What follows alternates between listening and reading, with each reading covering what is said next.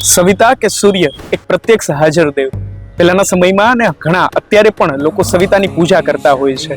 ખરેખર વિજ્ઞાને એક તરફથી એવું જાણી લીધું કે સૂર્ય એક માત્ર હિલિયમનો ગોળો છે, એનાથી તત્વજ્ઞાન પૂરું નથી થઈ જતું. ખરેખર એમનો આપણા ઉપરનો શું પ્રભાવ છે એ પણ એટલો જ જાણવો જરૂરી છે. જેમ કે અત્યારે આવનારી વસંત ઋતુ દરમિયાન શરીરનો કફ ઓગળી અને વૃદ્ધિ થાય, એ જ પ્રમાણે વાયુ પિત્ત અને કફની વધઘટ છે એ સૂર્યને આધીન થતી હોય છે. આ એક આયુર્વેદિક સત્ય છે. ખરેખર આપણને સૂર્ય યુવી કિરણો અને વિટામિન ડી આપે છે તો બધાને ખ્યાલ છે, પણ એ આપણને પૂજા કરવા માટે પ્રેરણા પૂરતી નથી આપતું. એટલા માટે એ પણ જાણવું જરૂરી છે કે આ સમગ્ર આકાશગંગાની અંદર એકમાત્ર કોઈ ઉર્જાનો સ્ત્રોત હોય તો એ સૂર્ય છે. આજ સૂર્યની નજર જ્યારે આપણા ઉપર પડે છે ત્યારે આપણે ચક્ષુ ઇન્દ્રિય રૂપે જોવાની ક્ષમતા પ્રાપ્ત કરતા હોઈએ છીએ. સમુદ્રના ખારા પાણીમાંથી મીઠું પાણી બનાવવાનું કાર્ય પણ આ સૂર્ય થકી જ થઈ અને વરસાદ રૂપે પાછું આવે ત્યારે શાકાહાર જીવન શક્ય બને છે.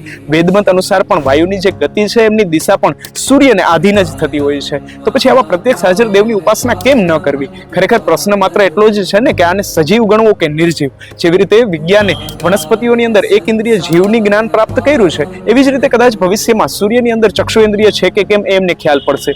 પણ ત્યાં સુધી વેદમત અનુસાર સંધ્યા ઉપાસના, સંધ્યા વંદના કે પછી સૂર્યનું અર્ઘ્ય આ સતત અર્પણ કરતું જ રહેવું જોઈએ. પણ વિજ્ઞાનને આ સવિતાના વરેણ્ય વર્ગ એટલે કે ઉત્તમ જ્યોતિ ઉપર ધ્યાન કેન્દ્રિત કરવામાં તો ખાસો સમય લાગી જશે. પણ ત્યાં સુધી ખાલી વિટામિન ડી માટે કેમ ન હોય, સૂર્યની ઉપાસના તો કરતી જ રહેવી જોઈએ. બાકી સમજદાર ક્યારેય સમય ચૂકતો નથી.